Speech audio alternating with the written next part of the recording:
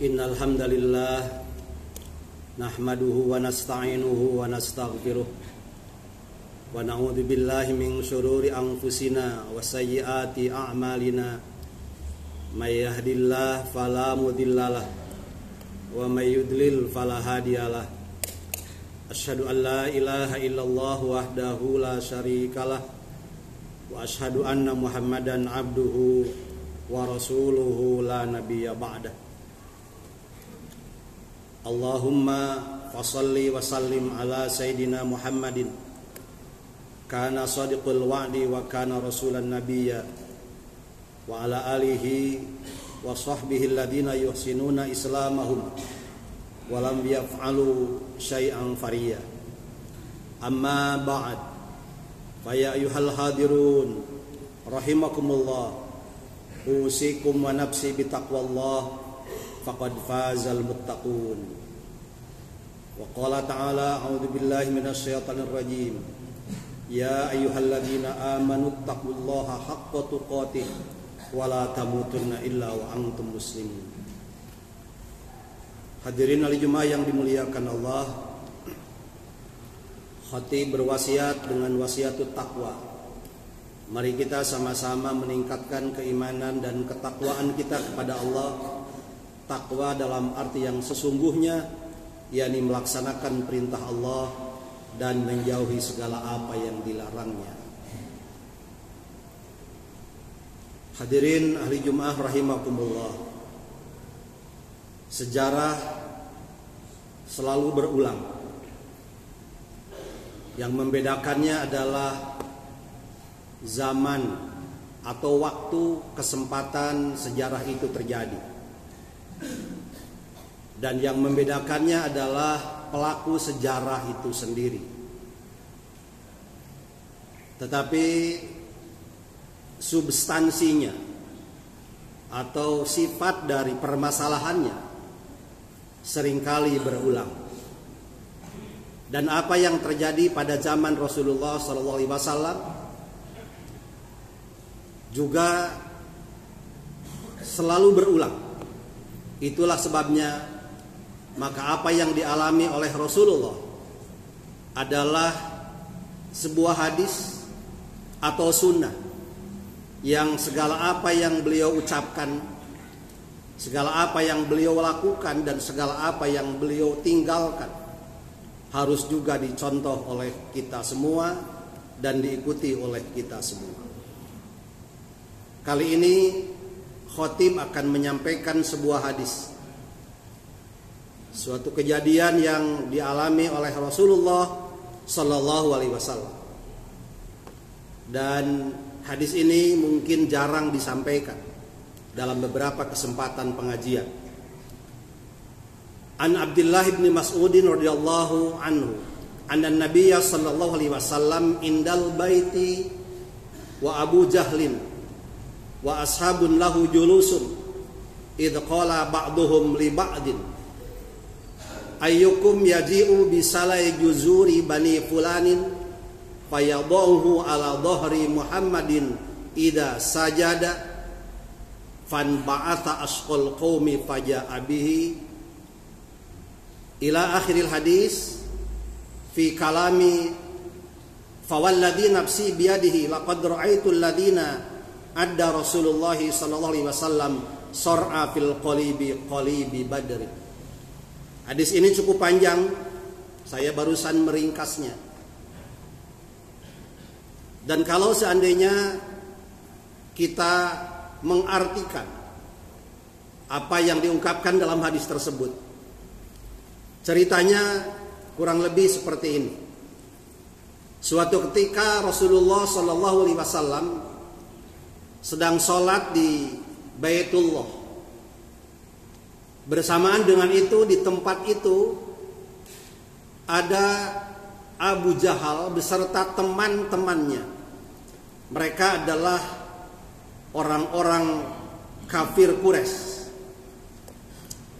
Dan ketika Rasulullah sujud dalam sholatnya, Abu Jahal kemudian berkata kepada teman-temannya, kata Abu Jahal, siapakah di antara kalian yang sanggup membawa bangkai perut unta, di mana bangkai perut unta itu ada tergeletak di sana, dan siapa yang berani letakkan bangkai perut unta itu di atas punggung Rasulullah nanti ketika Rasulullah sujud dalam sholatnya.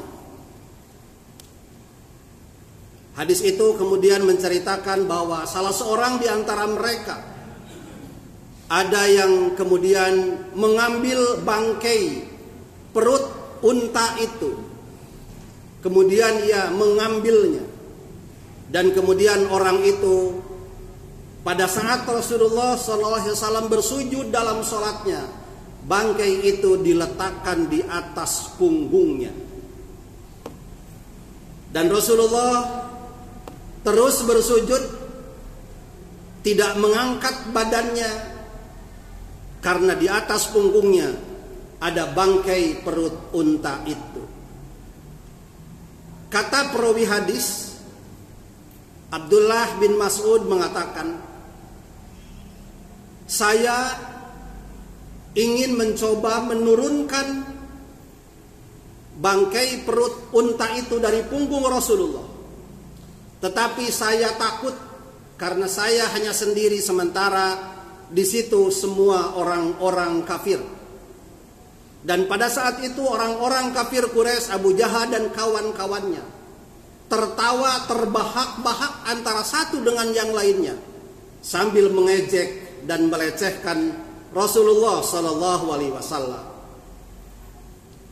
Kata Abu Mas'ud, tidak lama kemudian datang anak Rasulullah Sallallahu Alaihi Wasallam, yakni Fatimah, dan kemudian Fatimahlah yang menurunkan atau memindahkan bangkai perut unta itu dari punggung Rasulullah Sallallahu Alaihi Wasallam pada saat Rasulullah sujud. Dan setelah perut bangkai itu diambil oleh Siti Fatimah, anaknya Rasulullah Sallallahu Alaihi Wasallam, kemudian Rasulullah bangkit dari sujudnya, kemudian menyelesaikan sholatnya. Dan setelah selesai sholat, Rasulullah kemudian berdoa, tsumma qala, Allahumma alaika bi Quraisy. Ya Allah, hancurkan orang-orang kafir Quraisy. Salah samaratin, 3 kali Rasulullah mengucapkan kalimat itu. Allahumma alaika bi Quraisy. Allahumma alaika bi Quraisy. Allahumma alaika bi Quraisy. Ya Allah, hancurkan orang-orang kafir Quraisy itu. Hancurkan orang-orang kafir Quraisy itu. Hancurkan orang-orang kafir Quraisy itu. Hadis ini kemudian menuturkan, orang-orang kafir Quraisy itu kemudian gemetaran, karena mereka tahu bahwa apabila Muhammad berdoa di Baitullah, di tempat suci itu, maka doanya akan dikabulkan. Dan ternyata Rasulullah melanjutkan doa dengan langsung menyebut nama orang kafir Quraisy yang saat itu berada di situ. Bagaimana doa Rasulullah selanjutnya? Allahumma alaika bi Abi Jahlin. Ya Allah, hancurkan Abu Jahal. Wa alaika bi Utbah bin Rubai'ah. Ya Allah, hancurkanlah Utbah bin Rubai'ah. Wa Syaibah bin Rabi'ah. Ya Allah, hancurkan Syaibah ibnu Rabi'ah. Wal Walid bin Utbah, ya Allah, hancurkan Walid bin Utbah. Wa Umayyah bin Khalaf, ya Allah, hancurkan Umayyah bin Khalaf. Wa Uqbah ibnu Abi Mu'aid, ya Allah, hancurkan Uqbah bin Abi Mu'aid. Hadis ini menjelaskan ada satu lagi yang tidak disebut namanya. Rasulullah mengatakan dan berdoa untuk 6 orang tersebut agar Allah menghancurkannya. Itulah yang terjadi. Dan menurut perawi hadis ini, fawalladzi nafsi biyadihi, ia bersumpah mengatakan, demi Allah yang kekuasaan ada di tangan Allah, laqad ra'aitul ladzina adda Rasulullah sallallahu alaihi wasallam sar'a fil qalibi badrin. Setelah kejadian itu, orang-orang yang didoakan kehancurannya oleh Rasulullah ternyata benar-benar dihancurkan oleh Allah di sebuah tempat yang disebut tempat Qalibi Badrin, sumur Badar. Dan dalam peperangan Badar mereka dihancurkan, kemudian dilemparkan ke sumur Badar dalam keadaan kematian yang mengenaskan. Hadirin al-Jum'ah yang dimuliakan oleh Allah Subhanahu wa taala. Dari hadis ini kita mengingat suatu sejarah yang dialami oleh Rasulullah. Betapa pembenci Rasulullah, musuh-musuh Rasulullah sangat membenci Rasulullah dan tidak suka melihat Rasulullah beribadah, tidak suka melihat Rasulullah bersujud.